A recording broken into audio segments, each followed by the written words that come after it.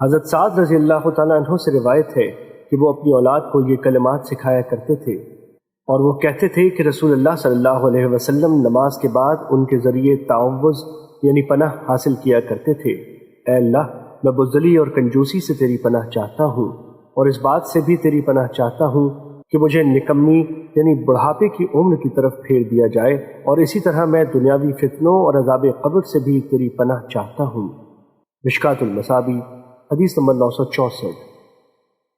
حضرت ابو ہریرہ رضی اللہ تعالیٰ عنہ بیان کرتے ہیں کہ کچھ مہاجر فقراء رسول اللہ صلی اللہ علیہ وسلم کی خدمت میں حاضر ہوئے تو انہوں نے عرض کیا، مالدار دائمی نعمتیں اور بلند درجات پا گئے۔ آپ صلی اللہ علیہ وسلم نے فرمایا، وہ کیسے؟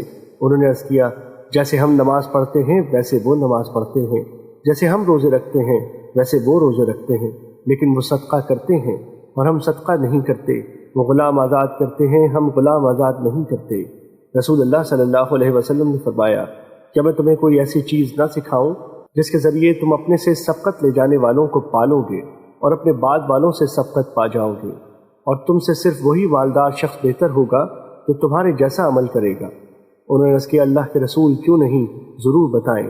آپ صلی اللہ علیہ وسلم نے فرمایا، تم ہر نماز کے بعد 33 بار سبحان اللہ، اللہ اکبر اور الحمدللہ پڑھ لیا کرو۔ ابو صالح بیان کرتے ہیں، مہاجر فقراء دوبارہ رسول اللہ صلی اللہ علیہ وسلم کی خدمت میں آئے اور عرض کیا، ہمارے مالدار بھائیوں کو ہمارے عمل کا پتہ چل گیا ہے اور انہوں نے بھی وہی عمل شروع کر دیا ہے۔ رسول اللہ صلی اللہ علیہ وسلم نے فرمایا، یہ اللہ کا فضل ہے، وہ جسے چاہتا ہے عطا کرتا ہے۔ مشکوٰۃ المصابیح حدیث نمبر 965۔ حضرت کعب بن عجرہ رضی اللہ تعالیٰ عنہ بیان کرتے ہیں، رسول اللہ صلی اللہ علیہ وسلم نے فرمایا، ہر فرض نماز کے بعد چند کلمات کہے جاتے ہیں، ان کا کہنے والا ناکام اور نامراد نہیں ہوگا۔ 33 مرتبہ سبحان اللہ، 33 مرتبہ الحمدللہ اور 34 مرتبہ اللہ اکبر کہنا۔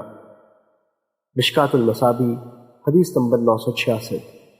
حضرت ابو ہریرہ رضی اللہ تعالیٰ عنہ بیان کرتے ہیں، رسول اللہ صلی اللہ علیہ وسلم نے فرمایا، جس شخص نے ہر نماز کے بعد 33 مرتبہ سبحان اللہ، 33 مرتبہ الحمدللہ اور 33 مرتبہ اللہ اکبر کہا، پس یہ 99 ہوئے، اور اللہ کے سوا کوئی معبود برحق نہیں، وہ یکتا ہے، اس کا کوئی شریک نہیں، اسی کے لیے بادشاہت ہے، اسی کے لیے حمد ہے، اور وہ ہر چیز پر قادر ہے۔